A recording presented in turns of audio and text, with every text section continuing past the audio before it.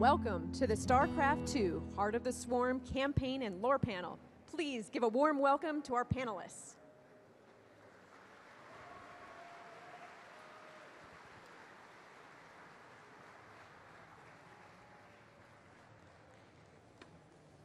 What's up, everybody? Welcome to the StarCraft II panel. Lots to discuss today. Really glad to see y'all out here. My name's Chris Metzen. I'm the company cheerleader. This is Brian Kindergan. He's the lead writer on StarCraft II. It's Matt Morris. He's the lead level designer on StarCraft II. So as we get underway here, Brian and Matt are going to give some presentations on kind of story and level design. I'm just going to shut up for a while and then maybe hit y'all on the flip side with some QA time. So, Brian? All right. Hey, everyone. I'm going to talk a little bit about the story of StarCraft II, Heart of the Swarm. But I don't want to spoil any of the great stuff that we've got planned for release. So I'm just going to touch on a couple topics and hopefully get the ball rolling for the Q&A later. If you have any questions about Wings of Liberty, feel free to ask those as well. So I wanted to start by talking about some of the characters that you're going to meet in Heart of the Swarm. And first up is Sarah Kerrigan. Now, the last time you saw Kerrigan, she had just been turned back into a human by Jim Raynor and the Xel'Naga artifact. But she's still got those Zergy dreadlocks, so that's a sign that her connection to the Swarm has not been completely severed. So it may not be the picture-perfect ending that Jim Raynor was hoping for when he carried her off into the sunset there. Kerrigan remembers very little about the things that she said and did as the Queen of Blades. It's kind of a big blur for her, but she does remember a few distinct things, and those are universally awful, awful things. So that's something that weighs very heavily on this character. But ultimately, she's going to have to explore her connection to the Swarm and even try to regain control of it. Next up is ZERATUL.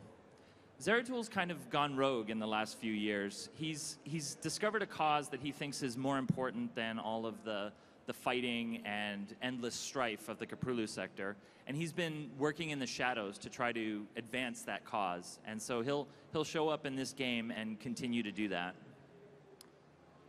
And we have a new character named IZSHA. She's a unique Zerg, one of a kind, and she was created several years before the events of this story by the Queen of Blades. The Queen of Blades infested a Terran and altered her mind so that she could store thoughts and plans and ideas in her head.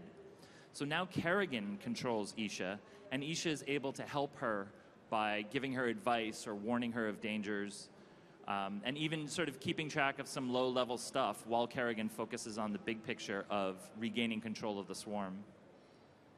Next up is ABATHUR.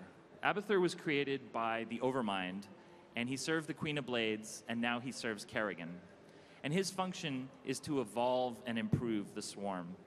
And he is a master at this. He can spin genetic strands and sequences and create new creatures and upgrade them. But he's not some scientist in a lab. He's a Zerg. So the way he does this is he eats creatures or eats parts of them and breaks them down to their component parts inside his body, and then he's able to manipulate them and create prototypes. Finally, we have ZA'GARA. ZA'GARA is a brood mother. She is tough and merciless. She is actually the leader of the Zerg brood on Char. And so when Kerrigan shows up saying, hey, I'm the old Queen of Blades and I want to take back control of the Swarm and I want your brood, ZA'GARA is not having any of it. She does not believe that this little slip of a human woman is in fact the Queen of Blades. So it's going to come down to a fight between these two. So I mentioned that she's a brood mother. That's a new kind of creature that we're showing in Heart of the Swarm. They were created by the Queen of Blades shortly before the end of Wings of Liberty. And they are sentient, independent creatures who are capable of controlling an entire brood. And unlike, say, a brood queen, they have independence, they have initiative, they have ambition.